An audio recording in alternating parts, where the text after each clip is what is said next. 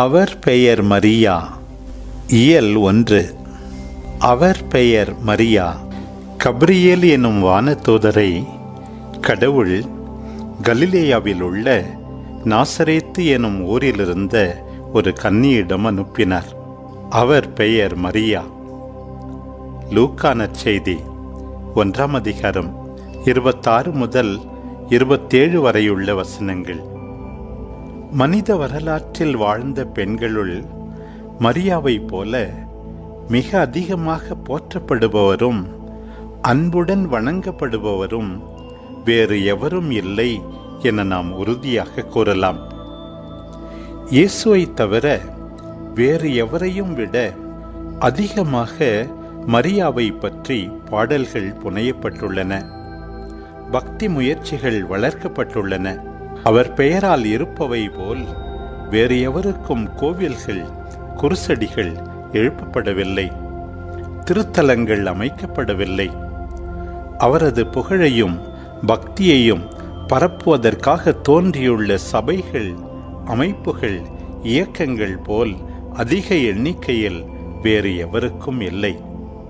மரியா பக்தி கத்தோலிக்க சபைகளிலும் கீழை மரபு திரு அவைகளிலும் தனிச்சிறப்பிடம் பெற்றுள்ளது.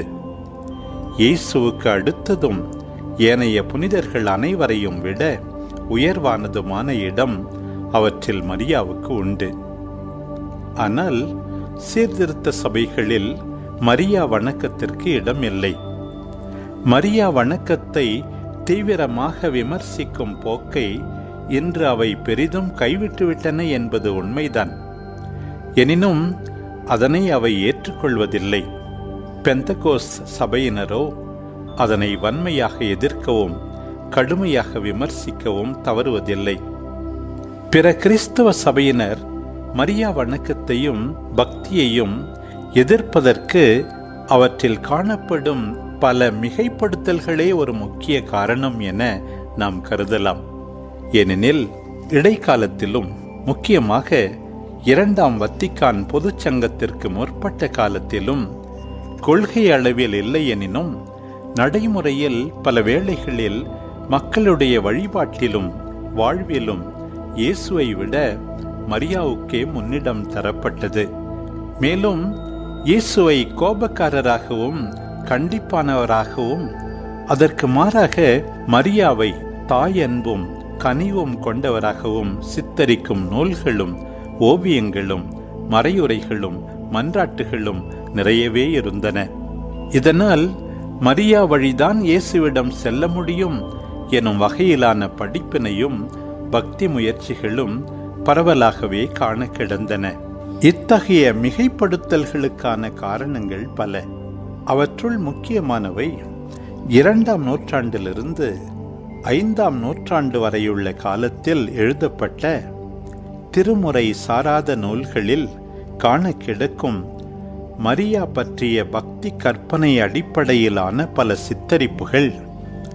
4ஆம் நூற்றாண்டில் கிரேக்க ரோமானிய சமயங்களை சார்ந்த பல பெண் தெய்வ கோவில்கள் மரியாவின் கோவில்களாக மாற்றப்பட்டதால் மரியாவையும் பெண் தெய்வமாக பார்க்கும் பாமர மக்களின் போக்கு மண்ணகத்தாயைப் போலவே மரியாவையும் தாயாக பார்த்ததால் இயல்பாகவே ஏற்பட்ட பாச உணர்ச்சி மிகு பக்தி வேகம் சீர்திருத்த சபையினரின் மரியா மறுப்பிற்கு எதிரான மரியியல் மிகைப்படுத்தல்கள், காட்சி அனுபவங்கள் ஏற்படுத்திய பரபரப்பு என்பன.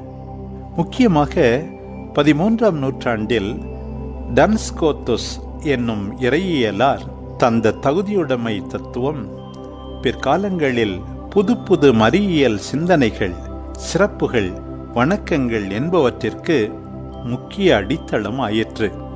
கடவுள் என்னென்ன சிறப்புகளை செய்ய முடியுமோ அத்தனையும் பெற மரியா இறைவனின் தாய் எனும் காரணத்தால் அவருக்கு தகுதி உண்டு என்பதே அத்தத்துவம்.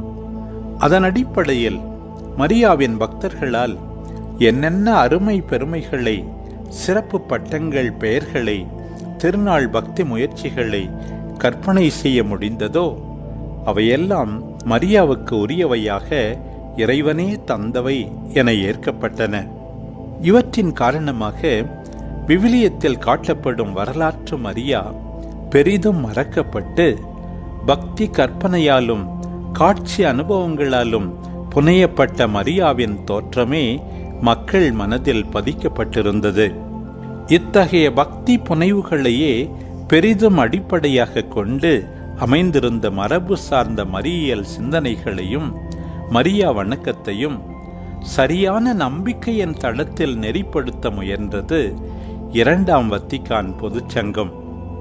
முதலில் அது இறையியலாரும் இறைவாக்கை போதிப்பவரும் கடவுளுடைய தாயின் தனிச்சிறப்பான மாண்பை பற்றி பேசும்போது தவறான மிகை கூற்றுகளை ஒருபுறமும் மிக குறுகிய பார்வையை மறுபுறமும் தவிர்க்கும்படி எச்சரித்தது. திரு அவை எண் 67. மெய்யான இறைப்பற்று பொருளற்றதும் தோன்றி மறைவதுமான உணர்ச்சிகளிலோ பயனற்ற குருட்டு நம்பிக்கையிலோ அடங்குவதில்லை. மாறாக உண்மையான நம்பிக்கையிலிருந்தே பிறக்கிறது என அது அறிவுறுத்தியது. திரு அவை எண் 67. அடுத்து விவிலிய மரபு அடிப்படையிலேயே மரியியல் விளக்கங்களும் மரியா பக்தியும் அமைக்கப்பட வேண்டும் என அது எடுத்துரைத்தது.